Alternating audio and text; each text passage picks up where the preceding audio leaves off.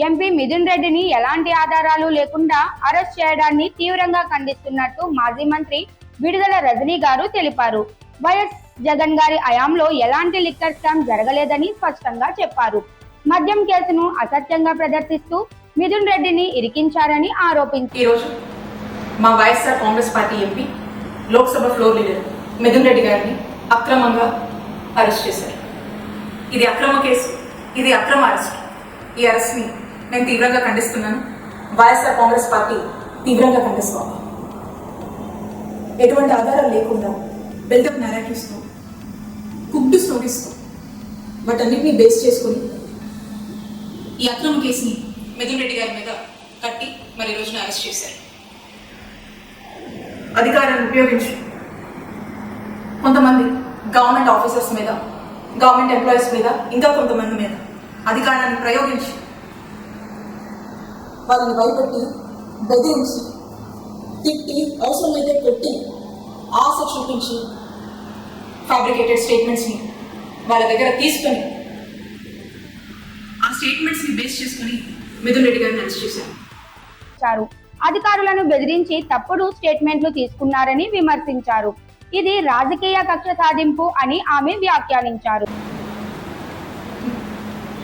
ప్రజల్లో liquor consumption ని తగ్గించి గతంలో కన్నా ప్రభుత్వ ఆదాయాన్ని నిలబెడుతూ, ప్రభుత్వ ఆదాయాన్ని పెంచి ఈ రెండింటిని బ్యాలెన్స్ చేస్తూ కావాల్సినటువంటి మెజర్స్ తీసుకొచ్చినటువంటి పాలసీయే జగనన్న హయాంలో ఉన్నటువంటి లిక్కర్ పాలసీ. మేము దాన్ని చాలా ట్రాన్స్పరెంట్ గా జగనన్న హయాంలో ఈ పాలసీని అమలు చేయడం జరిగింది. మీరు అంటున్నారు కదా లిక్కర్ స్కామ్ అది ఇదని. అసలు వాస్తవంగా లిక్కర్ స్కామ్ ఎప్పుడు జరిగిందో చెప్పనా? చంద్రబాబు నాయుడు గారి హయాంలో 2014 నుంచి 2019 వరకు మీరు తీసుకొచ్చినటువంటి లిక్కర్ పాలసీ రూల్స్ అన్ని డివేట్ అయ్యి ఏ విధంగా మీరు లిక్కర్ని ఎక్స్ప్లాయిట్ చేశారో అప్పుడు జరిగింది. దాన్ని స్కామ్ అంటారు. ఇప్పుడు మళ్ళా చంద్రబాబు నాయుడు గారి హయాంలో ఈ సంవత్సర కాలంగా మీరు తీసుకొచ్చినటువంటి లిక్కర్ పాలసీ, అలాగే ఏ విధంగా మీరు సిండికేట్లు ఏర్పాటు చేసి మీకు నచ్చిన వాళ్ళకి షాపులు ఇచ్చి నచ్చిన రేట్లకి అమ్ముకోవచ్చు అనేటువంటి ఒక ఫ్రీడమ్ ఇచ్చి ఆఖరికి లిక్కర్ని డోర్ డెలివరీ దాకా కూడా తీసుకొచ్చి పెంచి పోషిస్తున్నారే, ఇది స్కామ్ అంటే. మిథున్ రెడ్డి విధేయతకు ఇది తగిన జరిమానా కాదన్నారు.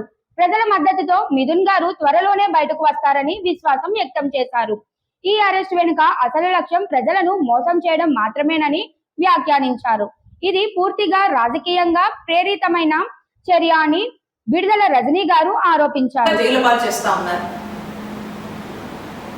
ఈ అక్రమ కేసులు కట్టి, ఈ అక్రమ కేసులు పెట్టి అరెస్టు చేసి జైలు పాలు చేస్తే వైఎస్ఆర్ కాంగ్రెస్ పార్టీని ఇబ్బంది పెట్టొచ్చు, మా నాయకుడు జగన్మోహన్ రెడ్డి గారిని ఇబ్బంది పెట్టొచ్చు అని మీరు భావిస్తున్నారేమో. మీరు ఎన్ని ఇబ్బందులు పెట్టినా మేము ధైర్యంగా నిలబడతాము, ఎదుర్కొంటాము. వైఎస్ఆర్ కాంగ్రెస్ పార్టీ ప్రజల కోసం పోరాడుతూనే ఉంటుంది.